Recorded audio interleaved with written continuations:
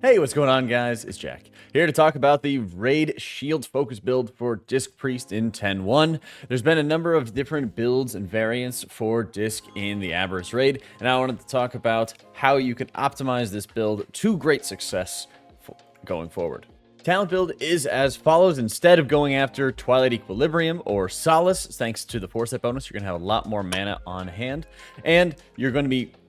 pathing through more of the Divine Aegis and Aegis of Wrath talents. Some of the different builds have been optimizing with Mind Games and some of the other talents that you have on here, as well as some variants when it comes to Twilight Corruption versus Embrace Shadow. I'd recommend, especially when you're starting off with this, taking Embrace Shadow just to get a bit more comfortable with the longer duration from Shadow Covenant, giving you a bit of a wider window for any sort of mistakes that you might be making as you're learning into this build. But certainly Twilight Corruption, when you're able to hit that window correctly, you want to maximize all of the shadow spells after you extend the duration of your atonement. Twilight Equilibrium has a number of good uses, but it's also a lot to be able to manage and flip between, and there's just a lot of extra spells and exhausting different spell variants that you're going to be required to be able to execute with the usual sort of Shadow Covenant Wheel and Woe type setup that this stuff avoids in its entirety. Some builds, in fact, are even running without Light's Wrath. I saw a few different logs on Warcraft logs completely dropping Light's Wrath on a number of different boss fights, and instead just focusing on hitting the ramps as hard as they possibly could. I think you still want to make sure you're talenting into Light's Wrath, but just to show there's many different ways to be able to execute in this build, and the most important thing is going to be properly executing your ramp. Certainly when it comes to the defensive side, I love having improved Fade, especially for a lot of consistent damage encounters that you have, similar to Rashok or Magmarax, but Light's Inspiration, Bulwark, and of course, like we said before, the Mind Games talents are all great options, and Crystalline Reflection is a lot of extra passive damage that you're providing, and a decent amount of extra healing that you get alongside of it. So you definitely want to give Crystalline Reflection a shot, but prioritize defensives and living as much as you possibly can as you're getting used to this build. If you are newer to Disc Priest, some of the biggest priority for you is to be able to build up a large quantity of atonements, whether you're using it within your cooldowns, Rapture, and Evangelism, or outside of them, taking time to cast healing spells on allies to build atonements so that later on you can deal damage. So it's going to be a slew of healing spells, and then following with only damage spells. And that is going to be a lot of the different cast sequences that you're going to be going for in the Aberrus raid. And it's always going to be important to be looking at your fight timers. So I have a number of tips and tricks in my written guides linked down in the description below, along with our talent build string that we have right here.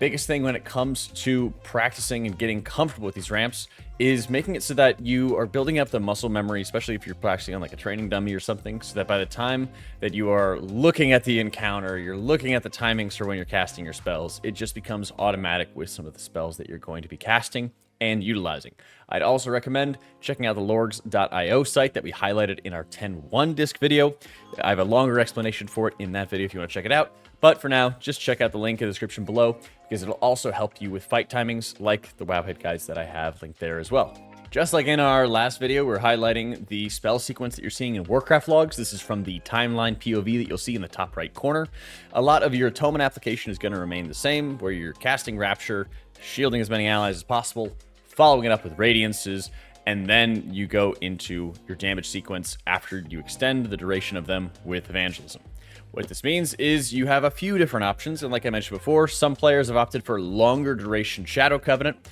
and they have some of these builds that they have going forward where they first activate Shadow Covenant, then into Schism. This is the Dark Reprimand, this is the Dark Penance, followed by your Mind Blast, refreshing Purge the Wicked by casting Purge the Wicked after a Mind Blast cast, Purge the Wicked Mind Blast once again, their Mind Games, their Halo, some Smites, and Mind Blast to follow as much damage as they can possibly concentrate into that window as damage is going to be going out. Some of the other sequences that they have as well, similar in a lot of ways, where you're casting your Evangelism, getting your Shadow Covenant off.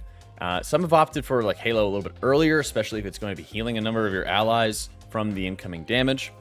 But as you can see, there's always a bit of extra variance that's happening regardless of like the Disc Priest players that you're seeing. What I like to do is I like to make sure I have my Schism first, followed up with Light's Wrath,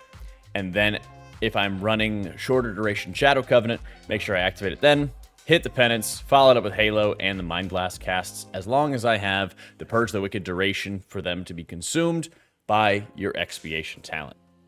The gist of it, make sure you have your Purge the Wicked up, make sure you're maintaining it at all times. You follow up your largest ramp with Schism into Light's Wrath to be able to put the most damage as you can, concentrated after some of the different damage mechanics you have going out, and then follow it up with your hardest hitting abilities as follows. There are some uses for potentially delaying your Dark Reprimand, especially if you're a little bit early with your ramps, which is something that can happen by having your instant cast Radiances. If you, for example, had back-to-back instant cast Radiances, that sort of shaves off 2 or 3 seconds at a time of your Radiances, causing you to be just a little bit earlier with some of your ramps. Now, that's not necessarily a bad thing. You just have to make sure that you're able to delay some of your casts when you need to make sure that you hit that window as best as you can.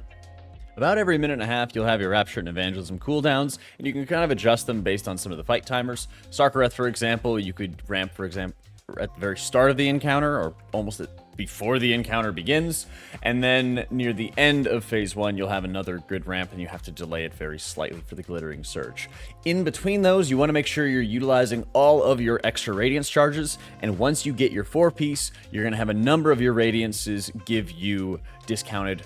mana costs, which means you're going to have a lot more mana to work with when it comes to your mini ramps. Some of the talents that we took in the talent tree we linked before are Borrowed Time, which gives you haste whenever you cast your shields, and Train of Thought, which gives you cooldown reduction for your shield when you cast Renew. And so what this allows you to do by taking those two talents together, it allows you to be able to cast more shields when you're producing mini ramps. And what this does is it makes sure that you are applying your atonements, but you're also applying some that are lasting a little bit longer from some of your talent options, and you're having stronger output in general from your healing spells that are non-atonement based. And then you're going to be able to cast more atonements on allies in mini ramps in between your Rapture and Evangelism cooldowns, producing a much larger amount of healing as a result. With this, you're going to be using Shield on cooldown, followed by Renews, followed by Shield, into your Radiances, and then if you have the mana to be able to afford it, using extra Shadow Covenant casts to make sure that you are increasing your damage as much as you possibly can. While there is a number of different variances that happen with this build, I would definitely recommend giving the talent string that I linked in the description below a try, especially if you're playing on normal and heroic. We've been able to see more flexibility for the traditional sort of build with Wheel and Woe and Twilight Equilibrium, particularly on like higher level mythics where the damage is much